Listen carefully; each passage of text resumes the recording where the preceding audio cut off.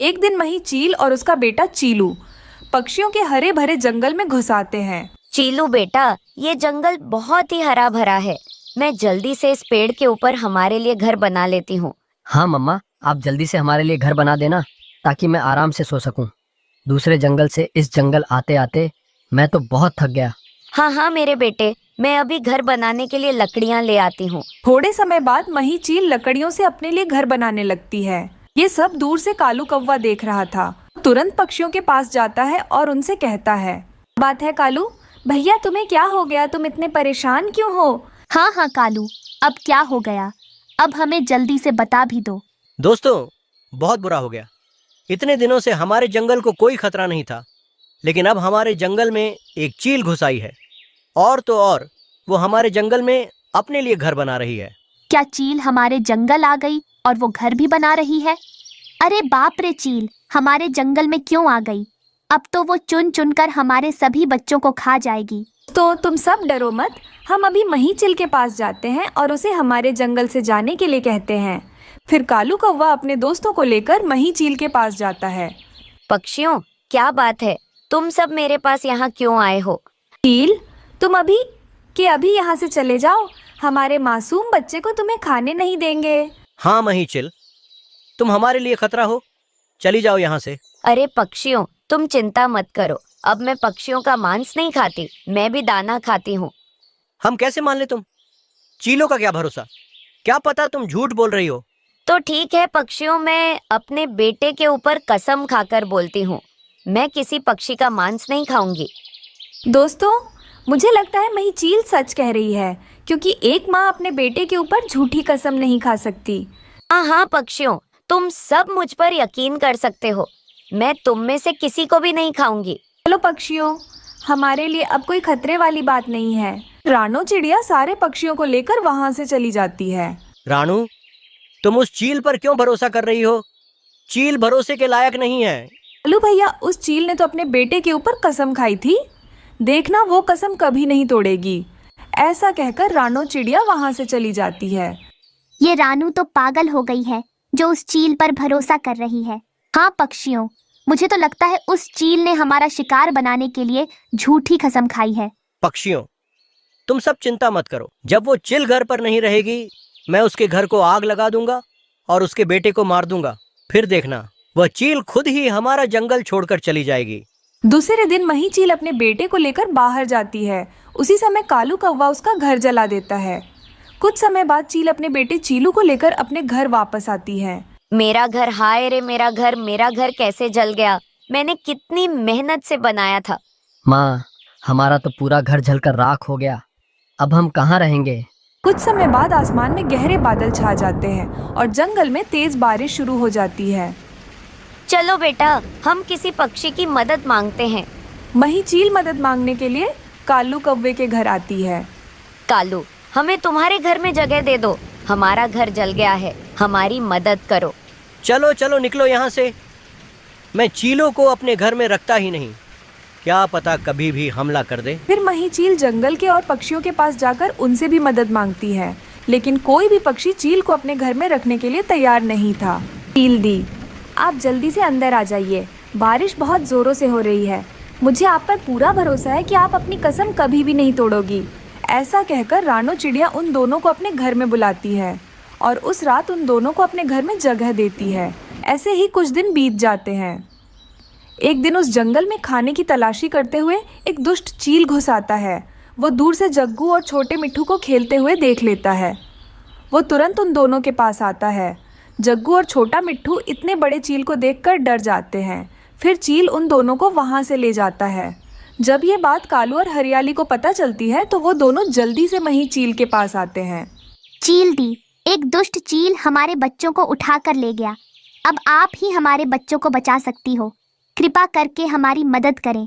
हाँ चील, हम छोटे पक्षियाँ उस बड़े चील से तो मुकाबला नहीं कर सकते। आप ही हमारे बच्चों को हमारे पास ला सकती हो, हमारी मदद करें। फिर मही चिल तुरंत उस दुष्ट चिल के पास जाती है। वो दुष्ट चिल जग्गू और मिट्ठू को खाने ही वाला था। मही चील तुरंत उसके पास आकर उससे खूब मुकाबला करती है। वो दुष्ट चील वहाँ से भाग जाता है। फिर मही चिल जग्गू और मिट्ठू को वहाँ ले आती है। फिर सब पक्षियों को मही चिल के ऊपर भरोसा हो जाता है। चील दी, हमें माफ कर दीजिए। हमने आप पर भरोसा नहीं किया, लेकिन फिर भी आपने हमारे बच्चों की जान बचाई। आपका बहुत बहुत धन्यवाद। फिर कालू कौवा मही चील को एक बड़ा सा घर बनाकर दे देता है। उस दिन के बाद से जंगल के सब पक्षियां हंसी खुशी से रहने लगते हैं। दूर किसी जंगल में कई सारे तरह तरह के पक्षी रहा करते थे। वो सभी पक्षी उस जंगल में बहुत ज़्यादा खुश थे, क्योंकि उस जंगल में खाने पीने की कोई कमी नहीं थी। इसीलिए उस जंगल के पक्षी सब बेफिक्र रहते थे। उसी जंगल में रहने वाली रानू चिड़िया एक कमज़ोर घर में रहती थी। ऐसा करती हूँ, पहले भोजन ढूंढ कर ले आती हूँ। क्या पता सारे पक्षी अपना अपना भोजन लेकर चले जाएं, फिर बाद में मुझे भोजन ही ना मिले।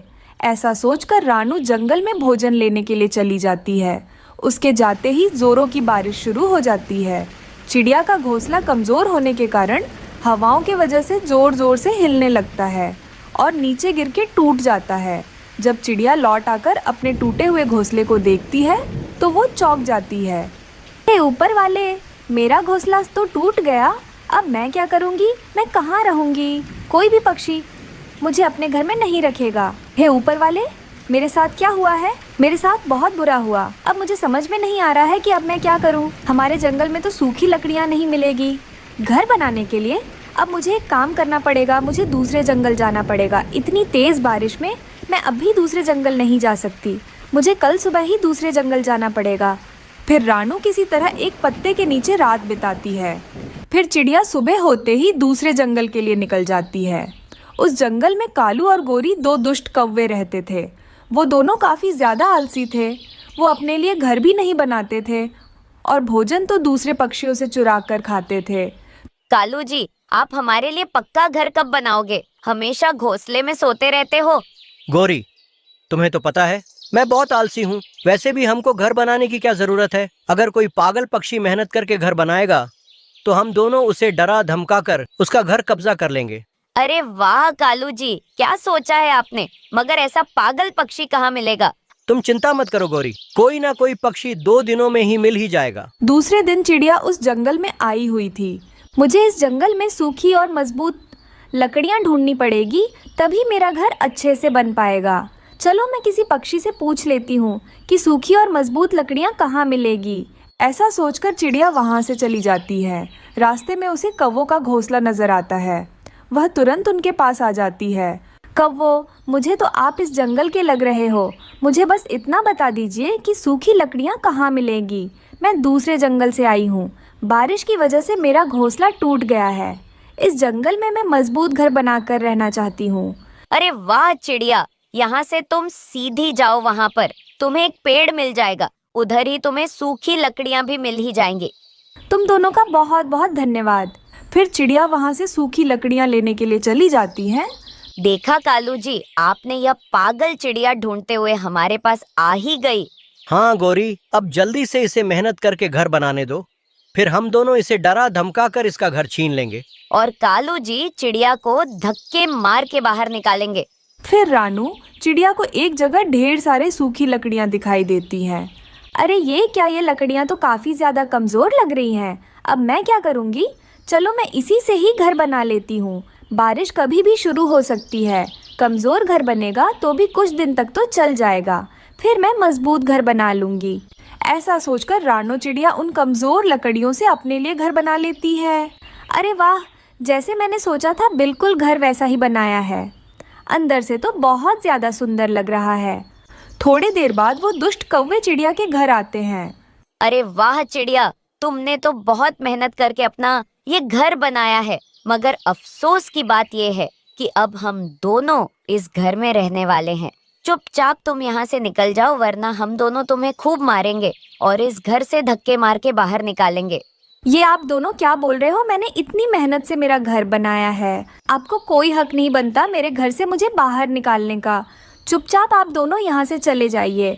चिड़िया, क्या तुम्हें पता है इस जंगल के चील से हमारे अच्छे संबंध है, उसे कहकर तुम्हारा शोरबा बना देंगे। ये सब सुनकर चिड़िया बहुत डर जाती है और वहाँ से चली जाती है।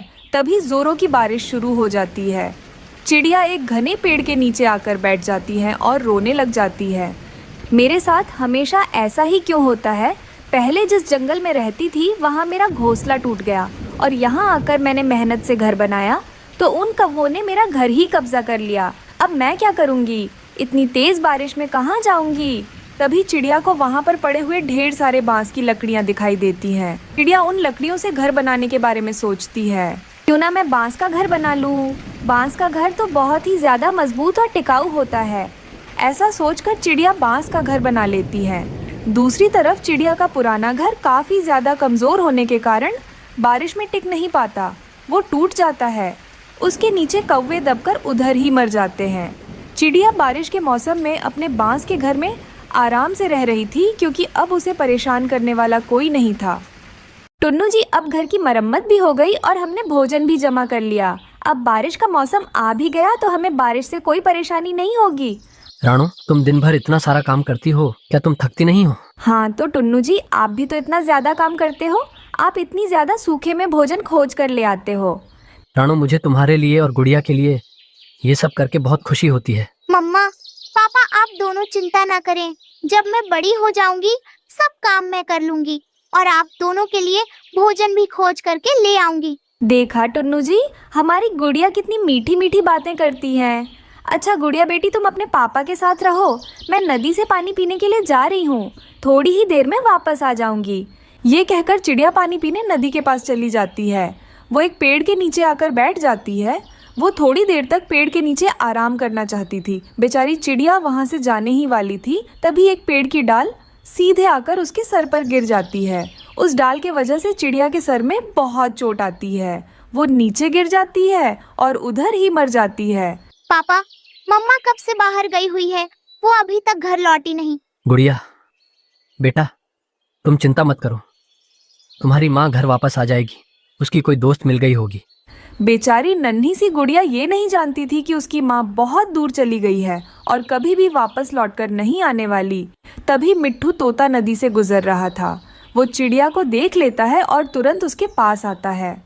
अरे चिड़िया, ये डाल के नीचे कैसे आ गई? मुझे जल्दी से हटाना होगा। फिर मिट्ठू तोता किसी तरह उस पेड़ की डाल को वहाँ से हटा देता है। चिड़िया चिड़िया बहन, जल्दी से उठो, तुम्हारे लिए तुम्हारा परिवार घर में इंतजार कर रहा होगा।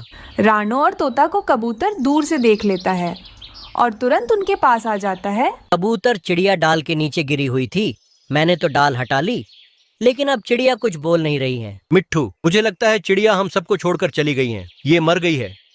कबूतर, तुम इसके घर जाकर इसके बारे में बता दो। मैं तो नहीं जा पाऊंगा, मेरी इतनी हिम्मत नहीं है। फिर कबूतर जल्दी से चिड़िया के घर चला जाता है। मगर कबूतर, ऐसे कैसे हो सकता है? अभी अभी तो रानू नदी से पानी पीने गई है। टुन्नू, वो पेड़ की डाल बहुत बड़ी थी, वो सीधे रानू के सर पर आकर लगी। खून बहुत बह गया, जिस वजह से रानू चिड़िया हम सबको छोड़कर चली गई। कबूतर अंकल, क्या मेरी माँ को चोट लगी है? वो ठीक तो हो जाएगी ना? गुड़िया अब भी बहुत छोटी थी, उसे मर जाना क्या होता है ये सब पता नहीं। देखो टुन्नू, लगता है गुड़िया अभी बहुत छोटी है। तुम रानू के बारे में इसे कुछ भी मत बताना। ऐसा कहकर कबूतर वहाँ से चला जाता है। तभी टुन्नू चिड़ा अपनी बेटी गुड़िया से कहता है, गुड़िया बेटी, तुम्हारी माँ बहुत जल्दी आ जाएगी। वो दूसरे जंगल गई हुई है। मगर पापा, मुझे माँ के बिना नींद कैसे आएगी? ऐसे ही कुछ दिन बीत जाते हैं। एक दिन कबूतर तोते से कहता है, तोते, अभी तो बहुत दिन हो गए हैं। अभी मुझे लगता है टुन्नू को दूसरी शादी कर लेना चाहिए। अभी वो घर अकेला कैसे संभालेगा? उसको अपनी बेटी को संभालना है और भोजन भी लाना है। कितना कुछ करना पड़ेगा उसे। हाँ कबूतर चिड़िया हमारी बहुत अच्छी दोस्त थी, हमें उसके परिवार के लिए कुछ तो अच्छा सोचना पड़ेगा। मिट्ठू, मेरी बीवी की एक अच्छी दोस्त है, उसका नाम पिंकी है। अगर टुन्नू मान गया तो हम पिंकी की शादी टुन्नू से करवा देंगे। हाँ कबूतर, हम दोनों अभी टुन्नू के पास जाएंगे और उसे सारी बात बताएंगे। फिर कबूतर और मिट्ठू तोता टुन्नू के घर आते हैं। ये तो मेरे लिए बहुत मुश्किल होगा। गुड़िया तो उसे अपनी माँ कभी नहीं मानेगी। टुन्नू, तुम बड़े हो और समझदार भी। गुड़िया अभी बहुत छोटी है, वो समय के साथ साथ उस चिड़िया को अपनी माँ मान लेगी। फिर टुन्नू चिड़ा भी मान जाता है। वो सब मिलकर टुन्नू की शादी पिंकी चिड़िया से करवा देते हैं। पिंकी, वो गुड़िया तो बहुत छोटी है, अगर उससे कोई भूल हो जाए तो उसे माफ कर देना और उसका अच्छे से ध्यान रखना। मैं भोजन ले आऊंगा, तुम गुड़िया और घर का ध्यान रखना। हाँ टुन्नू जी, मैं गुड़िया का बहुत अच्छे से ध्यान रखूंगी, मैं सब संभाल लूंगी, आप बेफिक्र रहिए। फिर टुन्नू पिंकी को अपने घर ले आता है। पापा, पापा, ये आपके साथ कौन है? गुड़िया बेटी, ये आपकी दोस्त है, आपकी मम्मा ने आपके लिए भेजा है। पापा, मम्मा कब वापस आएगी? उनके बिना तो मुझे रातों को नींद नहीं आती। गुड़िया बेटी, तुम मेरे साथ सो जाना, मैं तुम्हें नए नए कहानियां भी सुनाऊंगी। अच्छा, मेरी दोस्त, मुझे पानी पीना है। क्या तुम मेरे साथ नदी पर चलोगी? हाँ गुड़िया बेटी, तुम चलो मेरे साथ नदी के पास, आज मैं तुम्हें पानी पिलाती हूँ। फिर पिंकी गुड़िया को नदी के पास ले जाती है। वहाँ गोरी और कालू कौवा पहले से बैठे हुए थे। अरे वाह रानो, चिड़िया को मरे हुए तो 4 दिन भी नहीं गुजरे। टुन्नू ने नई शादी कर ली। कैसे कैसे पक्षी रहते हैं इस जंगल में। कौन है आप, और आप छोटी बच्ची के सामने ऐसी बातें क्यों कर रही हो? हम रानू के अच्छे दोस्त हैं। तुम कौन हो? तुम कहाँ से आई हो? हम पे सवाल क्यों कर रही हो? गुड़िया बेटी, तुम्हारी माँ रानू मर गई है। अब वो कभी तुम्हारे पास वापस लौट कर नहीं आएगी। तुम चुप हो जाओ काली कव्वी, छोटी सी बच्ची के सामने क्या क्या बोल रही हो? गोरी आंटी, आप बताओ, मेरी माँ कहाँ है? पापा ने तो बताया है मेरी माँ दूसरे जंगल गई हुई है, वह जल्दी ही वापस आ जाएगी। गुड़िया, सब झूठ है। तुम्हारी माँ मर गई है और तुम्हारे पापा ने दूसरी शादी इस चिड़िया से कर ली। ये सब बातें गुड़िया को बोलकर कालू और गोरी वहाँ से चले जाते हैं। आप सब ने मुझसे झूठ क्यों बोला? मुझे अभी मेरी मम्मा चाहिए। आप सब मुझे मेरी मम्मा के पास ले चलो, मैं आपके साथ नहीं रहूंगी। गुड़िया मेरी जान, मैं आपकी मम्मा की तरह ही आपसे प्यार करूंगी, आपसे कभी झूठ नहीं बोलूंगी। फिर पिंकी चिड़िया जल्दी से गुड़िया को घर लाती है। घर आते ही गुड़िया अपनी माँ को याद करके रोते हुए सो जाती है। आधी रात को गुड़िया के सपने में उसकी माँ रानो चिड़िया आती है। गुड़िया बेटी, तुम्हारी नई मम्मा बहुत ही अच्छी हैं, मैंने ही उन्हें भेजा है। तुम उनसे प्यार से रहो और हर बात मानो। मैं कभी वापस लौटकर नहीं आ पाऊंगी, मैं बहुत दूर चली गई हूँ। अपनी माँ को सपने में देखकर गुड़िया तुरंत आंखें खोलती है। माँ, माँ, आप कहाँ हो? आप जो बोलोगी मैं वही करूँगी। फिर गुड़िया जल्दी से अपनी नई माँ के गले लग जाती है। पापा, माँ, आप दोनों मुझे माफ कर दो। आज के बाद से मैं आप दोनों की बात मानूंगी। माँ, आज के बाद से आप ही मेरी माँ हो। उस दिन के बाद से वो परिवार फिर से खुशी खुशी से रहने लगता है।